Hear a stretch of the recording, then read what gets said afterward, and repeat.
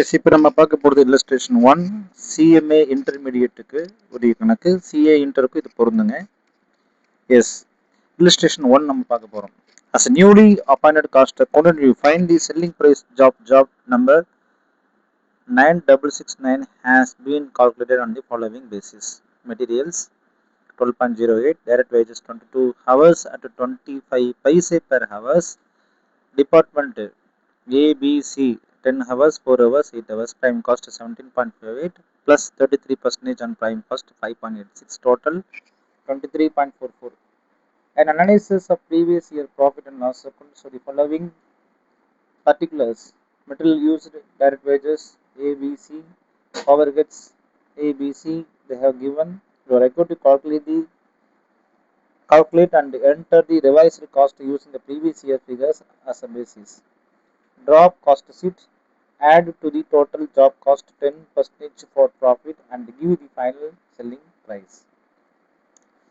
See, அவங்க first என்ன கேட்குறாங்க அப்படின்னு பார்த்தீங்கன்னா, draw up a job cost ஷீட்னு கேட்குறாங்க. அதே போல் calculate and enter the revised cost using the previous year's figures as a basis. So these are previous year basis. Analysis of previous year profit and loss account. Materials, direct wages, factory overhead, selling காஸ்ட்னு அவன் எல்லாத்தையும் கொடுத்துட்டான். இதுதான் previous இயரோட. இப்போ நீங்கள் job cost create பண்ணணும் இல்லையா? இப்போ ஜாப் காஸ்ட் போடணும் அப்படின்னா ஜாப் காஸ்ட்டுக்கு ஃபார்முலா உங்களுக்கு தெரிஞ்சிடணும் இல்லையா? What is job cost? Yes, job காஸ்டோடைய ஃபார்முலா உங்களுக்கு எல்லாத்துக்கும் தெரியும். Materials plus wages, direct wages, direct expenses எல்லாம் சேர்ந்தது ப்ரைம் காஸ்ட். ப்ரைம் காஸ்ட்டோட ஃபேக்ட்ரி காஸ்ட் சேர்ந்த ஒர்க்ஸ் காஸ்ட், அந்த ஃபேக்ட்ரி காஸ்ட்னு சொல்லியிருக்கேன். அதோட செல்லிங் காஸ்ட் சொன்னால் cost of sales, selling price அவங்க கொடுத்துட்டாங்க இல்லையா? இதுதான் ஃபார்முலா. ஃபஸ்ட்டு நான் உங்களுக்கு பேசிக்ஸில் சில ஃபார்முலாஸ் நடத்தியிருப்பேன். Prime cost, works cost, selling cost, cost of sales. C cost of previous year balance sheet first பாருங்கள். ஃபஸ்ட்டு ப்ரீவியஸ் இயர் பேலன்ஸ் ஷீட்டில் ஃபஸ்ட்டு பார்த்தீங்கன்னா மெட்டீரியல் யூஸ் 77,500, அதான் materials 77,500 plus direct wages ABC மூணுத்தையும் கூட்டினா உங்களுக்கு என்ன கிடைக்குது? Direct wages. அப்போ டைரக்ட் வேஜஸ் ஏபிசி 5, 6, 11 ப்ளஸ் ஒரு 4 சி உங்களுக்கு கிடைச்சிருச்சு 15,000. ரெண்டுத்தையும் கூட்டினா ப்ரைம் காஸ்ட் இல்லையா? Prime cost. ப்ரைம் காஸ்ட்டோட ஃபேக்ட்ரி காஸ்ட்டு கூட்டினா ஒர்க்ஸ் காஸ்ட்டு கிடைச்சிரும். What is factory over head? அதையும் அவனே கொடுத்துட்டான். 25, 400, 4. அப்போ 6, 500 and 7, 500 they have given. So that's all. So you have calculated works cost also. Plus selling cost அவனே கொடுத்துட்டான். Selling cost, selling and distribution cost தான் selling cost. அதோட சேர்த்துனா உங்களுக்கு என்ன கிடைச்சிருச்சு? காஸ்ட் ஆஃப் சேல்ஸ் கிடைச்சிருச்சு. சி இப்போ காஸ்ட் ஆஃப் சேல்ஸ் வந்து 1,30,000 ரூபாய் இல்லைங்க sir. Add to the total job cost 10% profit job cost. Add to the total job cost 10% of profit and give the final selling price. See, இப்போ வந்து நமக்கு cost of sales 1,30,000 ரூபாய், selling cost 30,000 ரூபாய். அப்போ percentage of selling cost on works காஸ்ட்டில் என்னுடைய selling price எவ்வளோன்னு கேட்குறாங்க. ஒர்க்ஸ் காஸ்ட் அதாவது காஸ்ட் ஆஃப் ப்ரொடக்ஷன். இந்த works cost is nothing but cost of production.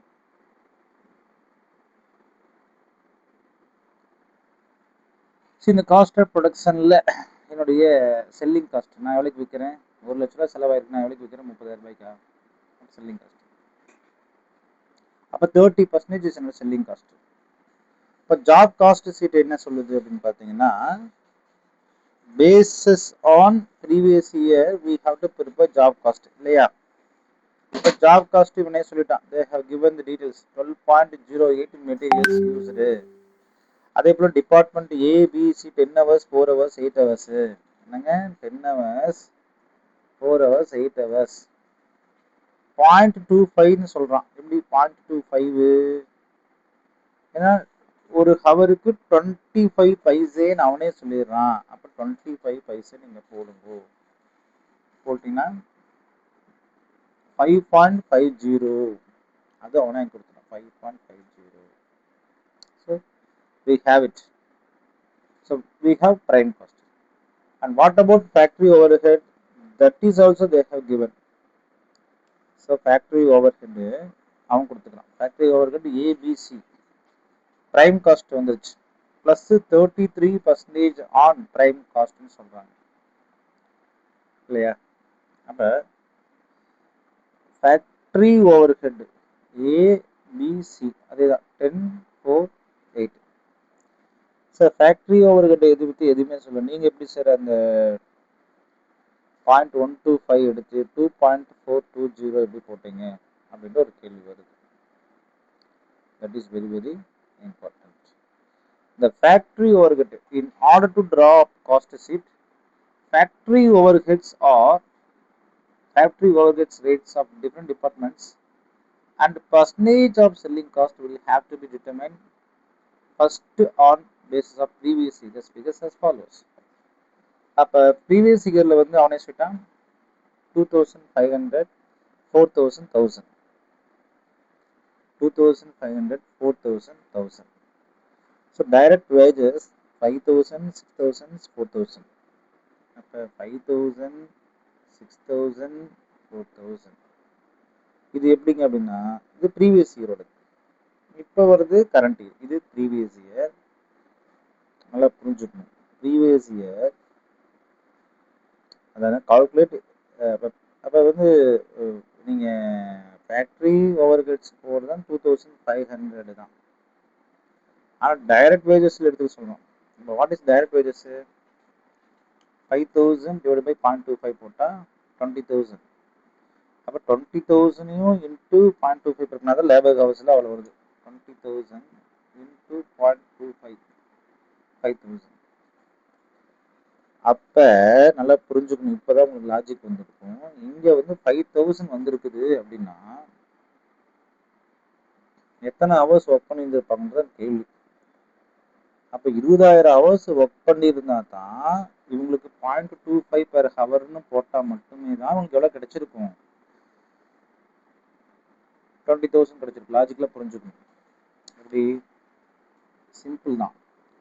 20,000 எப்படி வந்திருக்கும் அப்படின்னா இவரு சரி 5,000 எப்படி வந்திருக்கும் அப்படின்னா இவரு 20,000 ஹவர்ஸ் ஒர்க் பண்ணியிருப்பாரு. ஒரு ஹவர்ஸுக்கு 0.25 சொன்னால் தான் 5,000.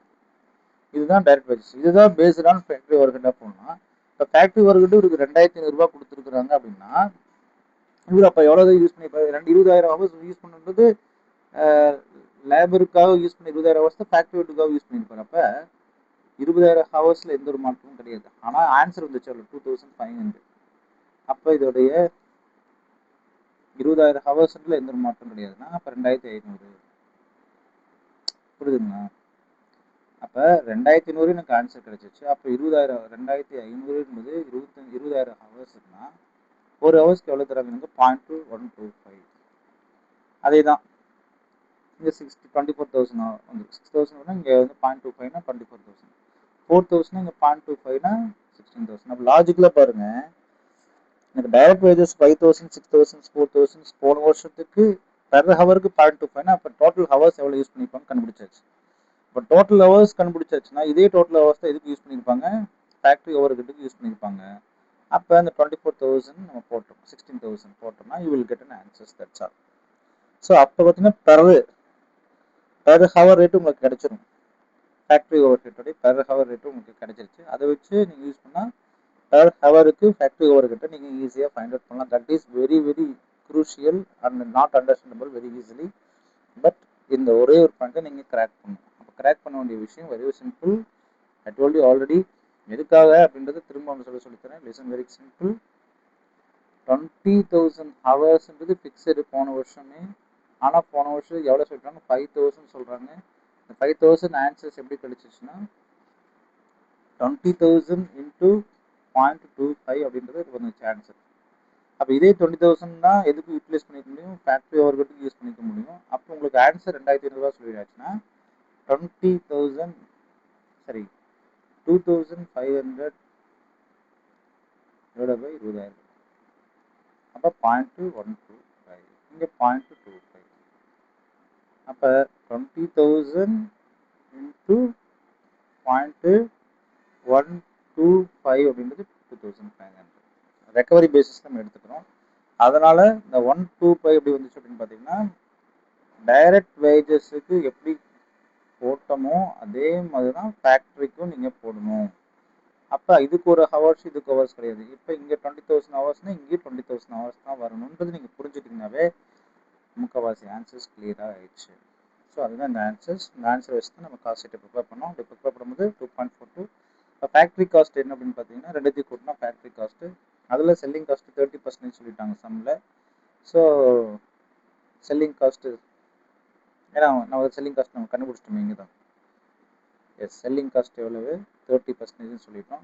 ஸோ சேட்டிங் காஸ்ட் அப்படிங்கிறது 30% நம்ம போட்டாச்சு. இப்போ 26 ரூபா, ப்ராஃபிட் வந்து 10% cost of sales. So selling price 28.60. So very very easy. திருப்பி ஒரு விஷயத்தினால கவனிங்க. ஸோ இல்லஸ்ட்ரேஷன் 1 அப்படின்றது ரொம்ப கடினம் இல்லை, அண்டர்ஸ்டாண்ட் பண்ணால் போதும். ஃபஸ்ட்டு ஒரு அக்கௌண்ட் வந்து கொடுத்துட்றாங்க அவங்க, டோட்டல் 23.44 ஒரு காஸ்ட் கொடுக்குறாங்க. அதுக்கு பக்கத்துலேயே ப்ரீவியஸ் இயருடைய டேட்டாஸும் கொடுத்துறாங்க. இதை வச்சு இந்த காஸ்ட்டை வந்து நீங்கள் ரிவைஸ் பண்ணி கரெக்டாக ஆன்சர் சொல்லணுன்றாங்க. இதில் மிஸ் பண்ணது வந்து என்னென்னு பார்த்தீங்கன்னா, ஃபேக்ட்ரி காஸ்ட் எடுத்துக்கல. இப்போ ஃபேக்ட்ரி காஸ்ட் நம்ம எடுத்துக்கணும். இதோட ஆன்சர்ஸ் இங்கே கொடுத்தாச்சு. ஃபேக்ட்ரி காஸ்ட் எடுத்தாச்சுன்னா பெர் யூனிட் போகும்போது இது எப்படி பெர் யூனிட் எடுத்தாங்கன்னு சொன்னால் 20,000 யூனிட்ஸ் தான் நம்ம கன்சிடர் பண்ணோம். அப்போ 20,000 யூனிட்ஸ் கன்சிடர் பண்ணால் உங்களுக்கு per factory cost per unit வரும் 2.42. 2.42 தான் இதில் major role. 2.42 plus selling cost. Selling cost எப்படி அப்படின்னு பார்த்தீங்கன்னா 30% இதுமாதிரி எடுக்கிறாங்க. இந்த 30% எப்படி வந்துச்சு அப்படின்னு பார்த்தீங்கன்னா தான் போன வருஷத்தில் நம்ம கொடுத்த ஃபிகரை வச்சு இந்த இடத்துல 30% எப்படி எடுத்தோம்னு சொல்லிட்டு நம்ம காத்துறோம். So that's all your answers. Thank you.